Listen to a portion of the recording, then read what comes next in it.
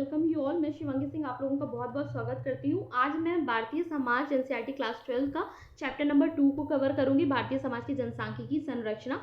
इसको दो पार्ट में हम कवर करेंगे। आज पार्ट नंबर 1 से स्टार्ट करेंगे। तो चलिए बिना टाइम वेस्ट के हम स्टार्ट करते हैं। देखिए, भारतीय समाज की जनसांख्यिकी संरचना मतलब कहने का है कि जनसांख्यिकी होता क्या है। ठीक है, पहले तो हम इसे समझते हैं कि जनसांख्यिकी होता क्या है। जनसंख्या को तो हम जानते हैं, जनसंख्या का जब सुव्यवस्थित रूप होता है ना, यानी उसको जो हम कलेक्ट करते हैं ना, उसका एक जैसे आंकड़े या जनसांख्यिकी सर्वेक्षण, इन सब के बेसिस पे जब हम उसे कवर करते हैं ना, तो उसे जनसांख्यिकी कहते हैं। इसे जननांख्यिकी भी कहा जाता है। जनसांख्यिकी को और अगर हम डीप में समझे तो समझिए कि जनसंख्या से संबंधित जब प्रक्रियाएं हैं ना या रुझान, उनको जब अध्ययन करते हैं। कौन सी प्रक्रियाएं? जैसे कि जनसंख्या के आकार कैसा है, ठीक है, उसमें जो है जन्म दर क्या है, उसकी मृत्यु दर क्या है, वहाँ पे कितने लोग प्रवसन कर रहे हैं, उसका स्वरूप क्या है, जनसंख्या की संरचना क्या है, गठन कैसा है, स्त्री ज़्यादा है कि पुरुष ज़्यादा है, वहाँ का आयु वर्ग का अनुपात क्या है, जनसांख्यिकी के प्रकार क्या है, मतलब आकारिक जनसांख्यिकी है कि सामाजिक जनसांख्यिकी है। आकारिक जनसांख्यिकी का क्या मतलब है? वहाँ की मतलब उनके आकार यानी कि उनकी मात्रा है ना।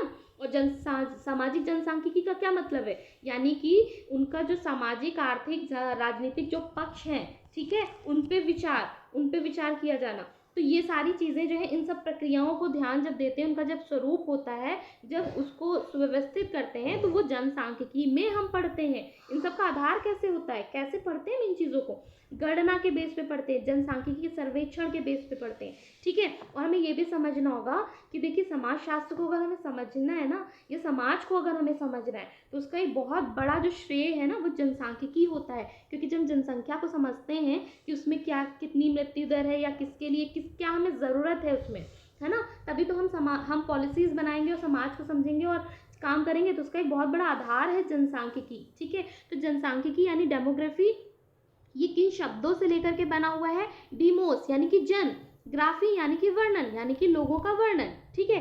अब ये बात आती है कि ठीक है, हम ये पढ़ेंगे तो, लेकिन सबसे पहले इसकी शुरुआत कैसे की गई, कहाँ की गई? तो बात होती है कि मतलब कब ये भावना कब से शुरू हो रही थी कि हाँ, ये चीज़ें होनी चाहिए, ठीक है। तो ये भावना यूरोप में शुरू हो रही थी, 18वीं शताब्दी में शुरू हो रही थी। राजनीतिक संगठन के रूप में राष्ट्र राज्यों का निर्माण हो रहा था। अब क्या हुआ कि इन राज्यों के लिए आगे चल करके हमें कई प्रबंधन की ज़रूरत पड़ी, कानून व्यवस्था की ज़रूरत पड़ी, कराधान या राजस्व, आर्थिक नीति या प्रशासन की ज़रूरत पड़ने लगी, है ना। तो उसके लिए क्या हुआ, हमें आंकड़ों की ज़रूरत पड़ने लगी, और उन आंकड़ों के लिए हमने आधुनिक विज्ञान सांख्यिकी की शुरुआत करी, यानी आंकड़े निकालना शुरू किया, ठीक है। लेकिन अब ये पूरी तरीके से नियमित नहीं थे। जो आधुनिक किस्म की जो जनगणना है, उस तरीके से नहीं थे। तो वो सबसे पहले कब आया माना जाता है? तो माना जाता है कि अमेरिका ने, यहाँ पे कलर चेंज कर लेते हैं, तो माना जाता है कि अमेरिका ने जो है 1790 में जनगणना जो है, ऐसा संभवता है कि सबसे पहले की है आधुनिक किस्म की जो जनगणना हुई थी, वो सबसे पहले कहाँ हुई है? 1790 में हुई है, अमेरिका में हुई है, ठीक है। यूरोपियों में जो हुई है ना, यूरोप में 19वीं शताब्दी में प्रारंभ हुई है आधुनिक किस्म की जो जनगणना होती है। और फिर हमारे भारत में भी शुरू हुई। भारत में अंग्रेजी सरकार ने शुरू की है। आप क्या हमें बता सकते हैं कि किसने शुरू की थी अंग्रेजी सरकार में? तो अंग्रेजी सरकार ने शुरू की है, कब शुरू की है? 1867 से 72 के बीच में प्रारंभ की है।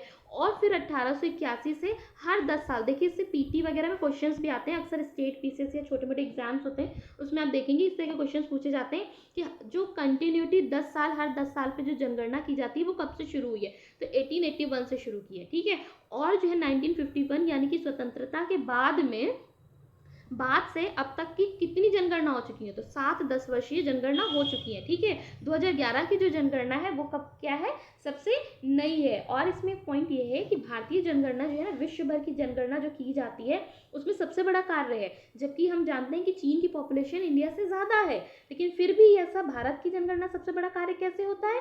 क्योंकि चीन की जो जनगणना है ना, वो नियमित रूप से नहीं की जाती है। जैसे यहाँ 10 वर्ष पे की जा रही है ना, ऐसा वहाँ पे नहीं की जाती है। और अच्छा, एक बात ये कि अभी हमने ये चीज़ तो समझ लिया कि जैसे कि समाज को समझने के लिए हमें क्या होता है कि जनसांख्यिकी एक बहुत बड़ा आधार है ना। लेकिन उसी तरीके से जो सामाजिक प्रक्रियाएं होती हैं, जब वो बनती हैं, तो वो जनसंख्या को भी नियमित करने लगती हैं, ठीक है। इस पे क्या होता है कि एक माल्थस जी ने एक जनसंख्या वृद्धि का एक सिद्धांत दिया है, इनके बारे में आप यहाँ पढ़ सकते हैं हिस्ट्री ऑफ पॉपुलेशन में, ठीक है, इनके बारे में पढ़ सकते हैं। और इन्होंने क्या सिद्धांत दिया है, इन्होंने क्या बोला है, इन्होंने बोला है, अंग्रेजी अर्थशास्त्री, इनका पूरा नाम है थॉमस रॉबर्ट माल्थस। 1766 से 1834 में इन्होंने एसे ऑन पॉपुलेशन में ये स्पष्ट किया है। और ये कहा जाता है कि एक निराशावादी सिद्धांत है, ठीक है। क्यों कहा जाता है कि ये निराशावादी सिद्धांत है, आगे हम पढ़ेंगे, ठीक है। ये देखिए कहा जाता है निराशावादी सिद्धांत है। इनका कहना था कि जो जनसंख्या वृद्धि दर है ना, वो हमेशा ही जो भरण पोषण के इनके संसाधन है ना, चाहे आपके भरण पोषण का संसाधन मनुष्य का क्या होता है, सबसे ज़्यादा तो इम्पोर्टेंट हमें खाना होता है, फिर हमें कपड़ा होता है या और जो भी कृषि प्रोडक्ट्स होते हैं। तो इनका कहना है कि जो जनसंख्या दर है ना, वो हमेशा इन संसाधन से ज़्यादा रहती है, ठीक है। ये संसाधन हमेशा कम रहते हैं, इसीलिए मनुष्य सदा ही गरीब रहता है, क्योंकि कृषि उत्पादन जो होता है वो हमेशा जनसंख्या वृद्धि से कम होता है। ऐसा इनका कहना है, माल्थस जी का कहना है, ठीक है। और ये कहते हैं कि जो जनसंख्या है इसका विस्तार कैसे होता है, तो भाई जनसंख्या का विस्तार ना गुणोत्तर रूप में होता है, यानी कि 2 का 4, 4 का 8, 8 का 16 होता है, ठीक है। लेकिन कृषि उत्पादन जो हो रहा है वो गुणोत्तर रूप में नहीं हो रहा है, बल्कि समानांतर रूप में हो रहा है, यानी 2 + 2 4, 4 + 2 6, 6 + 2 8, ऐसे फॉर्म में हो रहा है, ठीक है। तो इसी की मतलब समझ रहे हैं आप ना कि जनसंख्या, इसीलिए चूंकि जनसंख्या वृद्धि हमेशा ही आगे रह रही है कृषि उत्पादन से, इसलिए ये बहुत ज़रूरी है कि जो है इस कृषि उत्पादन को अगर हमें बढ़ाना है तो उसका एक ही तरीका है। क्या तरीका है? जनसंख्या वृद्धि को नियंत्रित किया जाए, ऐसा माल्थस जी कहते हैं। अब जनसंख्या वृद्धि को भाई कैसे नियंत्रित करें? एक तो तरीका ये है कि भाई आप बड़ी उम्र में विवाह करें, यौन संयम को थोड़ा बना के रखें, ब्रह्मचर्य का पालन करें, है ना। तो क्या होगा कि आप सीमित कर सकते हैं जनसंख्या वृद्धि को। लेकिन क्या ये क्षमता बहुत ज़्यादा वर्क करेगी? ये तो एक सीमित क्षमता हो गई, है ना। तो इनका कहना है कि इसके साथ साथ ना प्राकृतिक भी जनसंख्या नियंत्रण के लिए कुछ उपाय करती है। क्या उपाय करती है? अकाल और बीमारियां लेकर आती है, जिससे जनसंख्या में वृद्धि में कमी आती है। जैसे कि अभी आप देख रहे हैं कोरोना वगैरह है, अचानक ही या बाढ़ आती है, अचानक ही कितने सारे लोगों की मृत्यु हो जाती है। ये इनका कहना है। तो माल्थस का ये सिद्धांत लंबे समय तक प्रभावी रहा था, ठीक है। लेकिन फिर कुछ अचानक विचारक आए, उन्होंने कहा कि भाई आप कह रहे हैं कि आर्थिक समृद्धि जनसंख्या वृद्धि से हमेशा कम रहेगी, लेकिन नहीं, आर्थिक समृद्धि जनसंख्या वृद्धि से अधिक हो सकती है।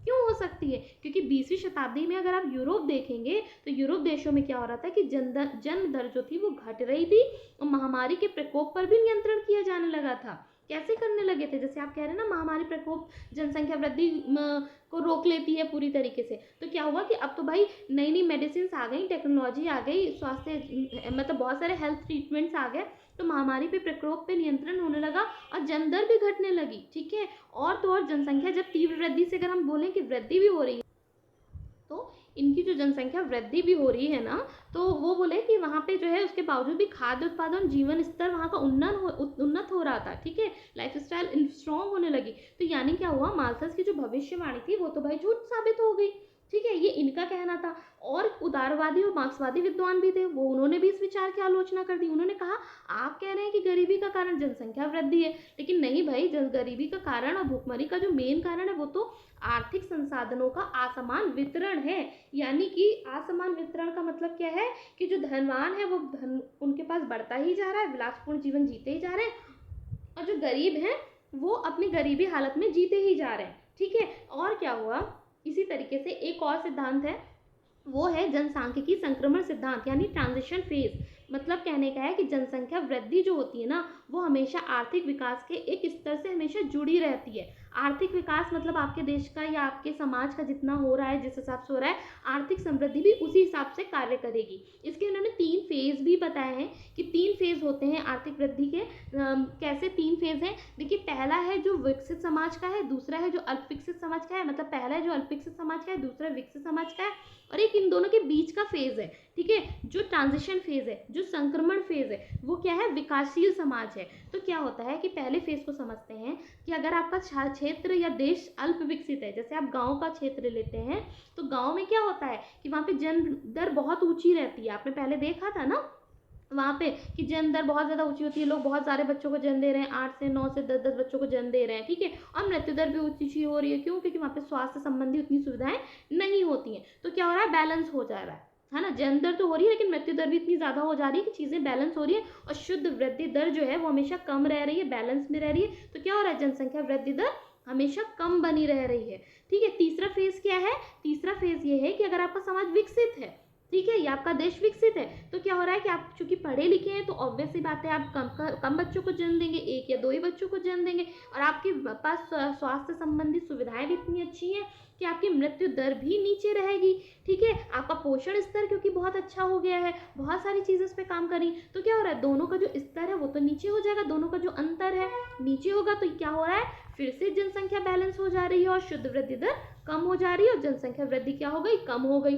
लेकिन इन दोनों के बीच का एक फेज है, जो इन दोनों के बीच का चरण संक्रमण कालीन चरण कहलाता है। ये विकासशील समाज में होता है। इसमें क्या होता है, हम पिछड़े से उन्नत की ओर बढ़ते हैं। तो ये अचानक से नहीं होता है, ये ना लंबा समय लेता है, ये टाइम टेकिंग होता है। ठीक है, क्यों, क्योंकि भाई अभी तक क्या है, हम मृत्यु दर बहुत ऊंची सी झेल रहे होते हैं और हम धीमे धीमे उस फेज में चढ़ रहे होते हैं। ठीक है, समाज बदल रहा होता है, तो ये एक लंबा समय का फेज होता है और इसमें जनसंख्या वृद्धि दर हमेशा ऊंची होती है। क्यों ऊंची होती है, क्योंकि ऑब्वियस सी बात है कि जन्म दर जो मृत्यु दर है उसको तो हम बहुत तेजी से घटा लेते हैं। जैसे यूरोप में हुआ था ना 19वीं 20वीं शताब्दी के टाइम पे, कि जन्म दर तो हमने बहुत तेजी से घटा ली थी, लेकिन मृत्यु दर तो हमने बहुत तेजी से घटा ली थी, लेकिन जन्म दर को हम उतनी तेजी से नहीं घटा पाए थे। उसके लिए हम संक्रमणशील रह गए थे, बहुत संघर्ष हमने किया था, है ना। बात समझ में आ रही है कि आपको जो जन्म दर होती है मतलब उसको तो घटाने में यूरोप बहुत कठिनाई का अनुभव कर रहा था, जबकि मृत्यु दर तो उसने क्या किया, अचानक से घटा लिया। कैसे, जन स्वास्थ्य की सुविधाएं ले आया, पोषण स्तर को बहुत अच्छे से बढ़ा दिया, बहुत सारे रोग नियंत्रण की सुविधाएं उसने ले ली, तो उसको तो घटा दिया। लेकिन इन सब चीज़ों में एक लंबा समय लेता है और क्या होता है कि जनसंख्या वृद्धि दर इतनी ऊंची हो जाती है कि जनसंख्या विस्फोट हो जाता है। ऐसी समस्याओं का सामना हमें करने को मिलता है। अच्छा, भारत इनमें से कौन सी जगह पे, ऐसे तो आप बता ही देंगे कि भाई विकासशील है। जनसंख्याकी संक्रमण सिद्धांत के हिसाब से हमारा जो भारत है वो जनसांख्यिकी संक्रमण काल में रहता है। यहाँ पे मृत्यु दर आप देखते हैं ना बहुत तेजी से घट रही है, बहुत अच्छी अच्छी सुविधाएं हो रही है, लेकिन जन्म दर को अभी हम उस अनुपात में नहीं घटा पाए, क्योंकि हमारे पास ऐसी अभी कोई खास पॉलिसीज नहीं है जो हम जन्म दर को कम करें। ठीक है, आगे हम देखेंगे इनके लिए जैसे जनसांख्यिकी की जो गणना होती है वो किन किन आधार पे होती है, हमने आपको स्टार्ट में बताया था। तो उसके कुछ कुछ प्रयोग हैं जिनको हम करते हैं। ठीक है, तो वो क्या है, जैसे कि हम जन्म दर को उसमें कैलकुलेट करते हैं, मृत्यु दर को हम कैलकुलेट करते हैं, समृद्धि दर को कैलकुलेट करते हैं। तो क्या होता है, जन्म दर जैसे एक निश्चित समय में, ठीक है, निश्चित समय जैसे कि अनुमानता जैसे भारत में 1 वर्ष का लेकर के हम चलते हैं, तो 1 वर्ष में 1000 व्यक्तियों पे कितने जीवित बच्चे जन्म ले रहे हैं, उसको जन्म दर कहते हैं। मृत्यु दर का मतलब क्या है, एक विशेष क्षेत्र में एक निर्धारित अवधि के दौरान मृत्यु कितनी हो रही है, मृत्यु की संख्या कितनी हो रही है। और आपको पता होगा कि जन्म दर और मृत्यु दर हम बहुत अच्छे से इनको जाकर के रजिस्टर भी कराते हैं। जैसे शहरों वहरों में देखेंगे आप, कस्बों में देखेंगे कि नगर पालिका नगर पंचायत में रजिस्टर होता है, गाँव में पुलिस थाना और प्राथमिक स्वास्थ्य केंद्र वगैरह में रजिस्टर होती हैं ये सब। ठीक है, जनसंख्या की समृद्धि दर क्या होती है, जन्म दर और मृत्यु दर के बीच का जो अंतर होता है, प्रतिस्थापन दर क्या होता है, इसको ध्यान से समझेंगे कि जब ये अंतर, ठीक है, जो अंतर है, ये अंतर जब शून्य हो जाता है यानी बहुत कम हो जाता है, ठीक है, नगण्य के बराबर होता है, तो क्या होता है, हमारी जनसंख्या स्थिर होने लगती है। ठीक है, यानी कि जन्म दर मृत्यु दर का जो बीच का अंतर है, जब ये कम होने लगता है तो हमारी जनसंख्या स्थिर होने लगती है। यानी कि बूढ़े लोग जितने मर रहे हैं या मृत्यु उनकी हो रही है, तो उनके जो खाली स्थान है उतने ही नए बच्चे जन्म लेकर के उतना उस खाली स्थान को भर रहे हैं। ठीक है, इस बात को समझ में आए। तो ये जो समय होता है इसमें कहते हैं स्थिर जनसंख्या, ये प्रतिस्थापन स्तर होता है जिसे हम पाते हैं। ठीक है, तो कुछ ऐसे लेकिन स्तर होते हैं, कुछ ऐसे देश हैं जहाँ पे क्या होता है कि प्रतिस्थापन दर से भी नीचे प्रजनन शक्ति दर चली जाती है, जिसको क्या कहते हैं, ऋणात्मक समृद्धि दर कहते हैं। कौन से ऐसे देश हैं, जैसे अगर हम देखें, ऐसे कई देश हैं जिन्हें ऐसी स्थिति से गुजरना पड़ता है, जैसे कि जापान है, रूस है, इटली है, पूर्वी यूरोप है। ठीक है, और कुछ ऐसे समाज होते हैं भाई जिनमें प्रतिस्थापन से नीचे आना क्या, जनसंख्या वृद्धि दर बहुत ऊंची हो जाती है। ठीक है, जो संक्रमण काल से गुजरने लगते हैं, अभी हमने लास्ट में आपको बताया है। ठीक है, जैसे हमारे भारत में वो चीज़ें चल रही हैं। प्रजनन दर किसे कहते हैं, प्रति 1000 स्त्रियों में जीवित जो बच्चे होते हैं, जन्म बच्चे लेते हैं, उनकी संख्या होती है, उसको प्रजनन दर कहते हैं। तो ये स्त्रियों की एज क्या होती है, लगभग माना जाता है कि 15 से 49 वर्ष के बीच की होनी चाहिए, ठीक है। और शिशु मृत्यु दर क्या होती है भाई, जीवित पैदा हुए 1000 बच्चों में से 1 वर्ष की आयु प्राप्त होने से पहले ही जिनकी मृत्यु हो जाती है वो शिशु मृत्यु दर में कैलकुलेट होते हैं। मातृ मृत्यु दर, वो स्त्रियां जो जीवित प्रसूति के 1 लाख मामलों में अपने बच्चों को जन्म देते समय जिनकी मृत्यु हो गई है, ठीक है, वो मातृ मृत्यु दर है। अब समझ में आई ये बात ना।